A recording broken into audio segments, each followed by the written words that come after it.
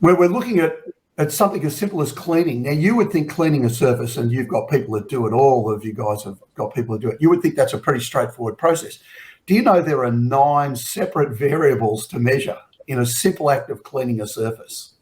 Yeah. So when you come to the science of what you're doing, you've got to control things so that you don't have uncontrolled variables is the technical term, but it means that you've actually measured what you're intending to measure. Talking clean in a dirty world. Talking clean in a dirty world. Dirty, dirty, dirty, dirty, dirty world. Talking clean in a dirty world. And look, it's all about cleaning is one thing and disinfecting is another. They're 2 quite different issues. So one of the research issues that we're running, we're about to restart a program that was subject to COVID interruptus, which is my research technical term, to say that all had to stop for a while. Yeah, trademark, yeah. Where we're looking at something as simple as cleaning. Now, you would think cleaning a surface, and you've got people that do it, all of you guys have got people that do it, you would think that's a pretty straightforward process. Do you know there are 9 separate variables to measure in a simple act of cleaning a surface? Yeah. So when you come to the science of what you're doing, you've got to control things so that you don't have uncontrolled variables is the technical term, but it means that you've actually measured what you're intending to measure.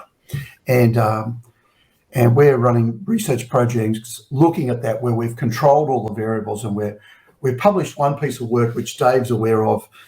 One of the things we've worked on over many years is biofilms, true biofilms, bacterial biofilms. We've shown that bacteria are really clever at working out how the cleaning systems don't work so well. So in hospitals, where we used to use this thing called universal precautions, which morphed into standard precautions, which morphed into standard precautions plus additional precautions, which morphed into aerosol-based precautions and surface-based precautions and transmission-based precautions.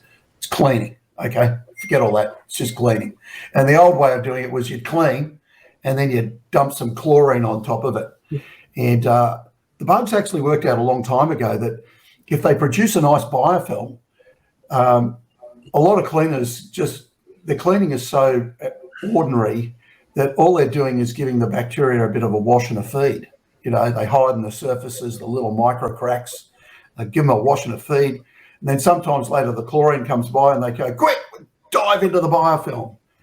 And in a biofilm, we've proven that standard Staph aureus, which is one of the golden staph, is one of the standard transmission-based bugs in healthcare and elsewhere, is up to 20,000 times more resistant to chlorine once that bug is in a dry surface biofilm.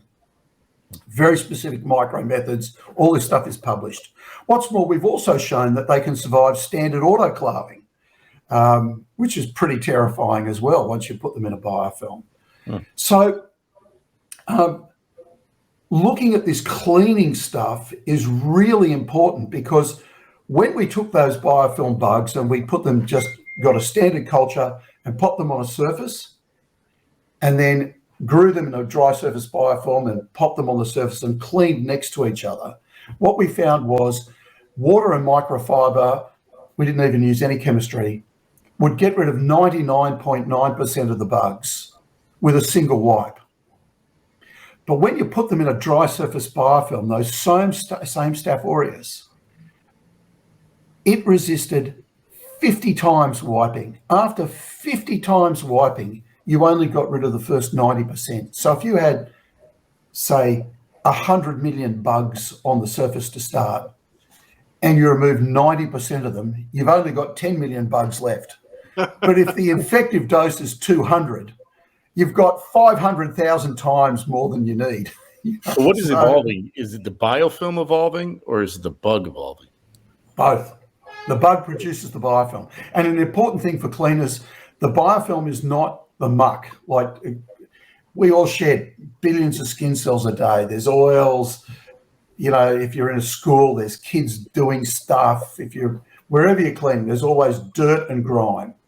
Biofilms are very specific. Their simplest definition, Bobby, is that it's the bacteria creating a safe little place to live for itself and its friends.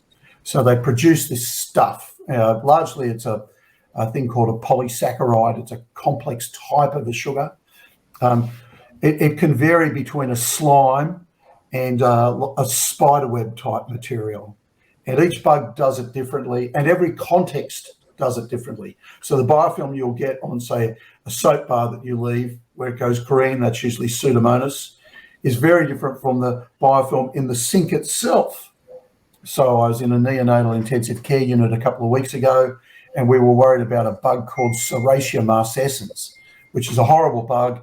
It can infect the kids. It's a gram-negative, hard to kill, mainly lives in the sinks. But that's different from, say, Staph aureus or vancomycin-resistant enterococci, which are wonderful biofilm producers, particularly VRE, and it will live on dry surfaces right throughout a standard intensive care unit. So one of our team members published some work some years ago in an American journal, the journal called Infection Control and Hospital Epidemiology, where they were tracking this bug through the ICU. And about midway through the study, they looked at all of the different objects in the ICU, and there was VRE on everything because it wasn't being cleaned and people weren't washing their hands, and it was being transmitted. I just knew, talking with Dr. Grant as many times as I have, that we would get the biofilms before it took very long. And gentlemen, you can see it did not take very long, and we forgot all about disinfectants, right? It's cleaning and biofilms. Well, if I'm listening to the good doctor correctly, it's cleaning is the issue more than disinfecting. Absolutely.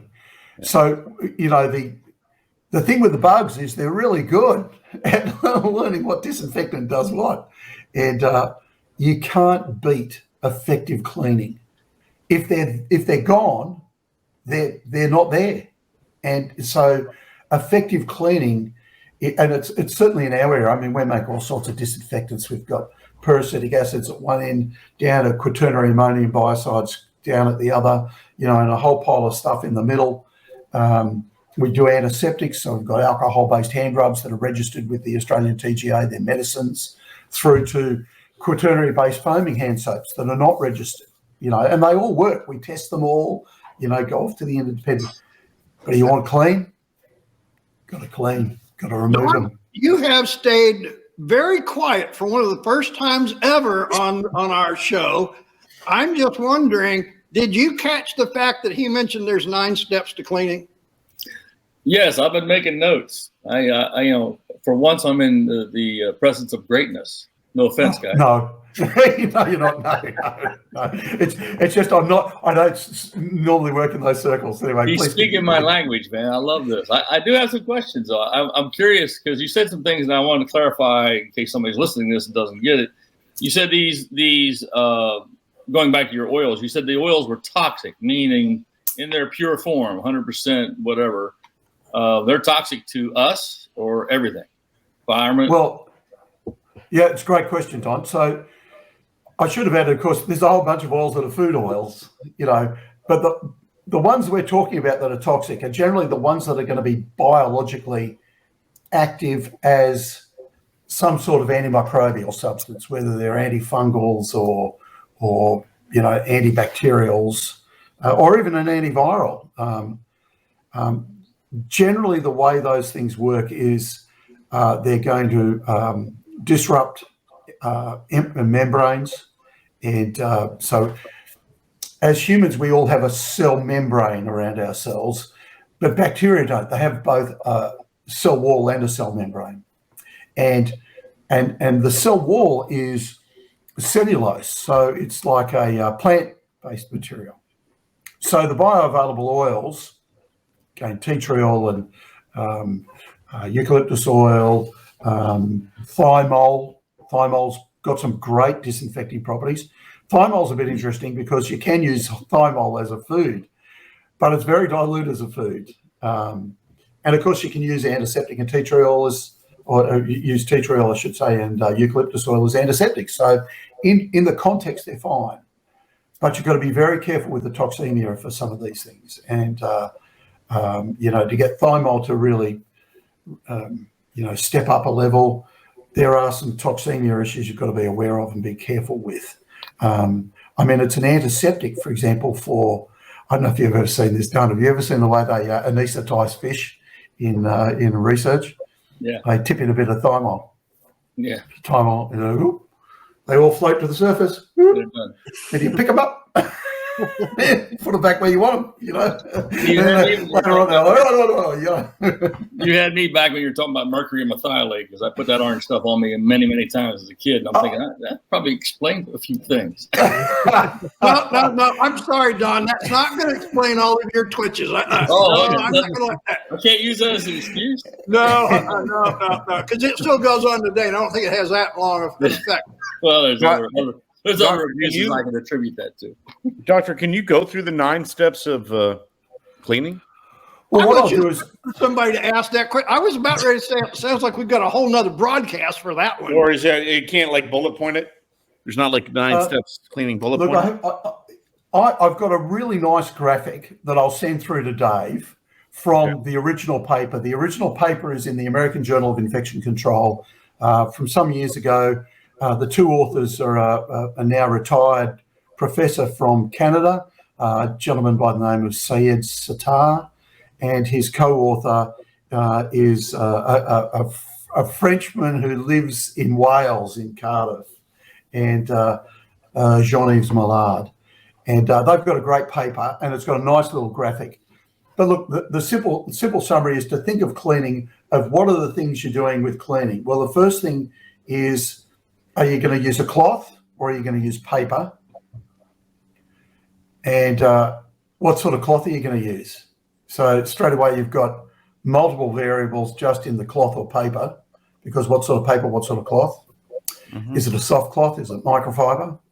Are you going to use a microfiber dry or are you going to use it wet? Or if it's not microfiber, is it dry or wet? Is it a polling sheet cloth or is it a standard cotton cloth? And then if you're going to use a liquid to do the cleaning, is it detergent? So is it pH neutral? Is it mildly acidic? Is it chelating agent? So there's a whole bunch of chemistry issues in there. Is it going to work? You know, that'd be handy if it's going to work.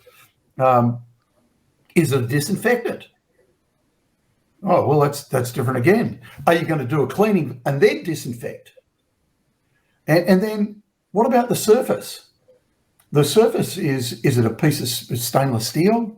Are you cleaning a school desktop that's probably should have been thrown away 20 years ago, but it's now got your engraving marks from when you were in primary school still on it? You know, so the surface is relevant.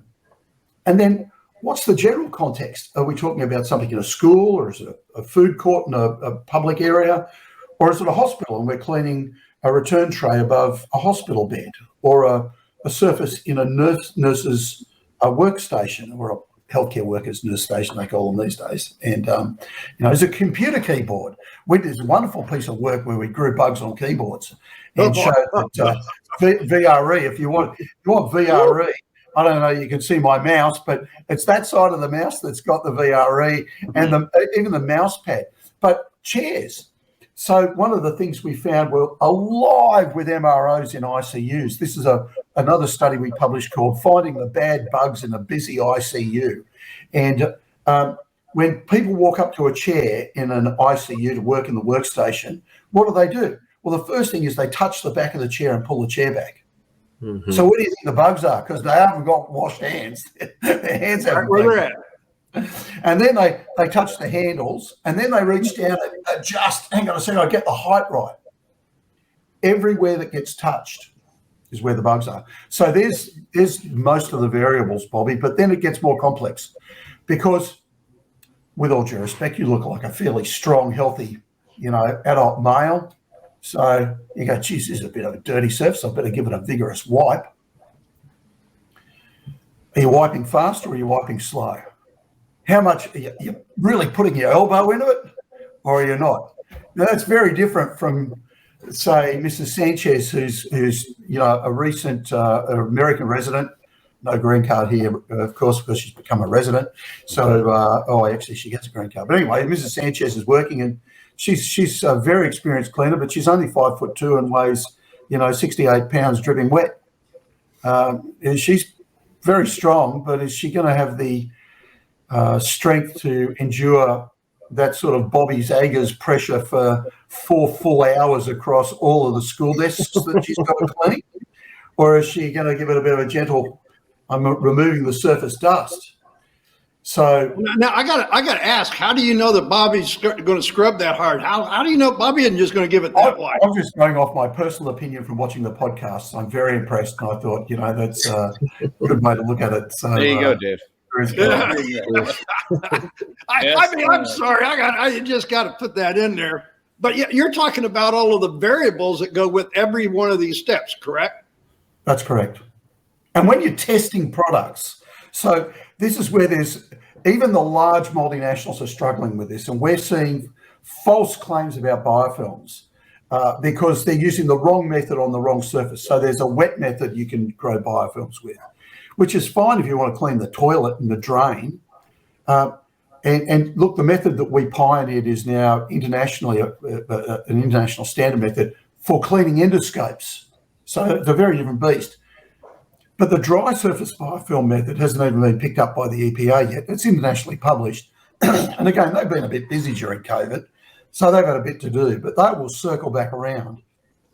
And as I say, we're about to go back in and start regenerating some real data and publishing real data.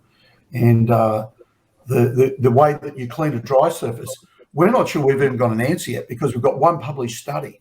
And there's a lot more work to do. And the method to grow the biofilms, you'll love this, guys.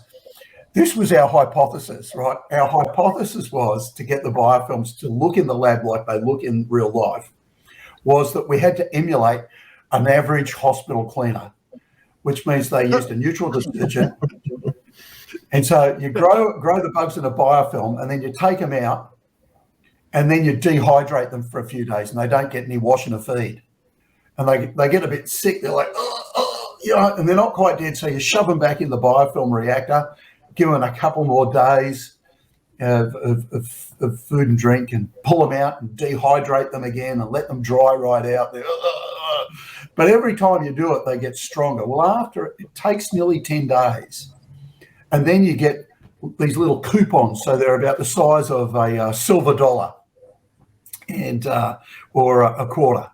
And they've got all this dry surface biofilm. And when you look at it under an electron microscope, it looks exactly the same as what you would see on a really dense biofilm on a hospital surface. So they're what we call morphologically identical. And then in terms of their genetics, they're different. One of the things the bugs do, which we've also proven, or our team has proven, is that as the bugs grow in a biofilm, a dry surface biofilm in particular, the cell wall gets thicker. So the nature of their resistance is twofold. Not only are they getting what's called inherent resistance, they're evolutionary, they're primed to work out how they can live in the environment they're living in, and they adapt to it.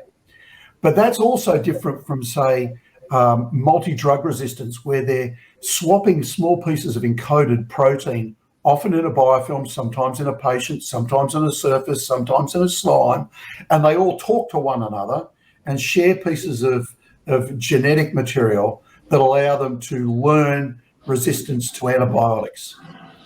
So the thing is, a cool area of science, but for cleaners who have no idea about it, it should be terrifying, but they're like, I'm going home in an hour, just keep. So it's really the biofilm when you go down to this, past the cleaning, the disinfectants, the ratings on it and everything. Is it cleaning the biofilm, and is that chemical or abrasion? Well, it's both. That's why there's 9 variables, because it's all important. It's not one more than another. No, they're all important, Dave. And we've shown that time and again, even cleaning endoscopes. So, you don't just use a liquid detergent system, and we've had patented detergents in that area for so long now, the patents have just about gone. But you have to use them with a brush. So down these tiny little channels, down there, they're scrubbing a brush down and up and down the channel. And the nurses do that between each patient before the endoscope then gets either high-level disinfected or sterilised. And then they do a manual clean most of the time, as well as the machines do a chemical clean.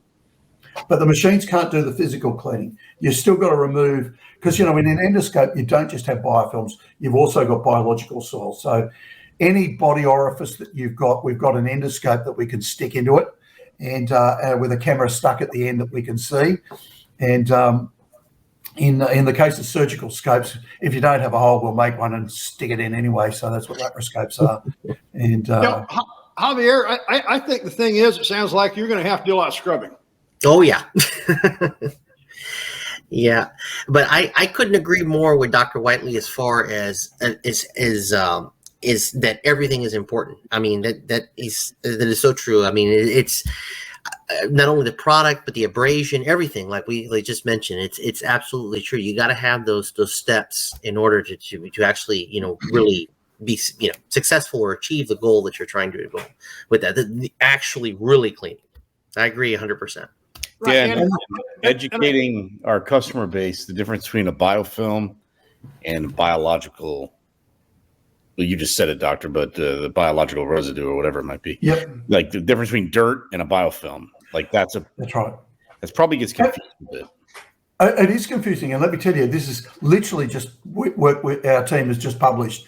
We're looking at biofilms in chronic wounds. So these are people who usually have type 2 diabetes. They've got what's called diminishing vascularization, and they get a cut or something goes wrong on their foot. Usually, can be on the underside of their foot or the top side of their foot, and they don't even notice it because the nerves have already started to die away, and it gets worse and worse and worse, and you get a biofilm. So that we did this work where we got trained clinical staff, so podiatrists and doctors, to look at the wounds to identify the areas with biofilm, and they were half right, quite literally. So you can't see it, and it's one of the ironies in healthcare is how do we do cleaning monitoring in healthcare? I mean, we go in and have a look or a smell. It's like you can't see a biofilm. I mean, so it's a ridiculous scenario where we're looking with our eyes to see what we can't see. So does an ATP meter not measure the biofilm, or does it? I was taking you right there, Bobby. So you just went down a whole nother path there. Talking clean in a dirty world. Talking clean in a dirty world. Dirty, dirty, dirty, dirty, dirty world. Talking clean in a dirty world.